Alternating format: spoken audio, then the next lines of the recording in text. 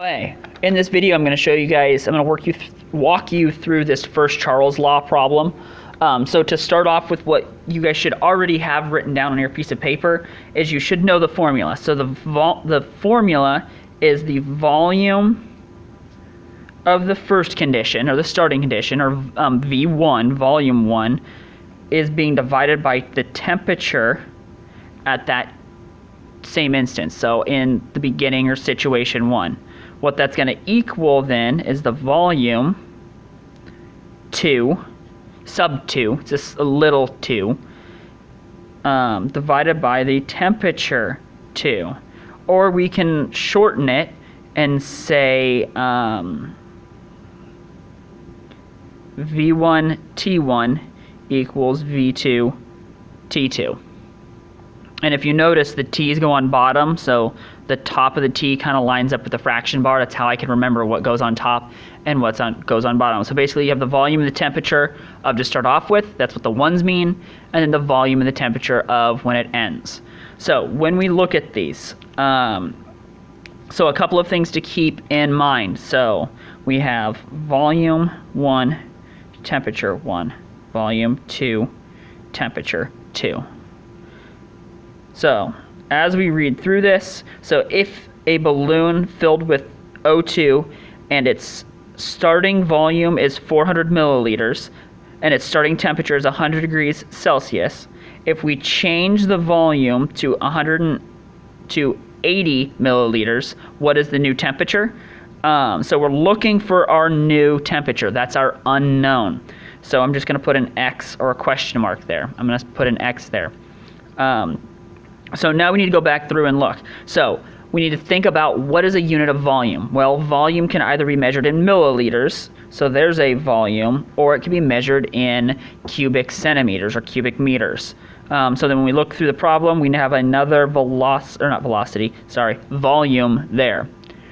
So then that leaves the 100 degrees Celsius to be a temperature. But before I go through and fill all of these in, the big thing that you have to keep in mind with Charles' law is if we give you a temperature, it cannot be in Celsius. It has to be in Kelvin. So we need to change our temperature. So T1 is 100 degrees Celsius.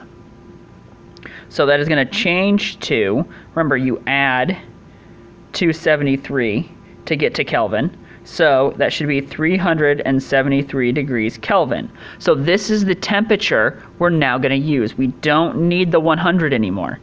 So our starting temperature, or T1, is 373 Kelvin.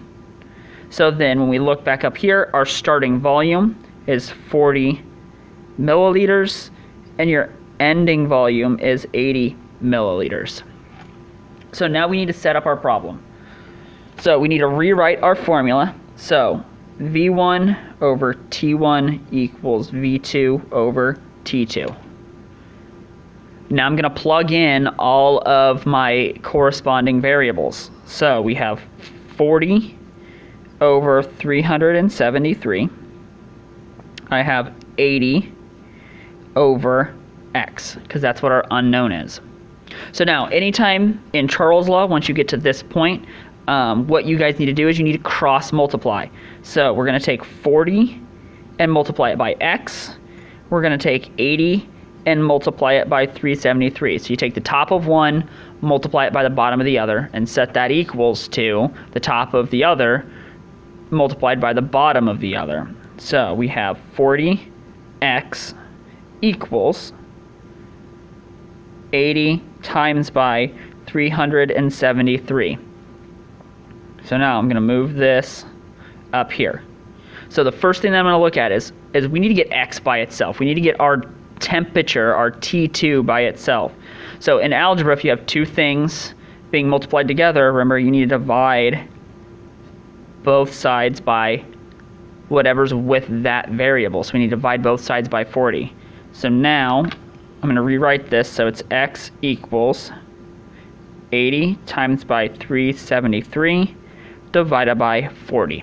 So that's all you need to plug into your calculator. So when we pull out our calculator, we have 40, oops, sorry, turn it on, 80 times by 373 divided by 40, and I can hit equals, and we get 746. So T2, or X, our unknown, is 746, and since it's a temperature, it's going to be in Kelvin.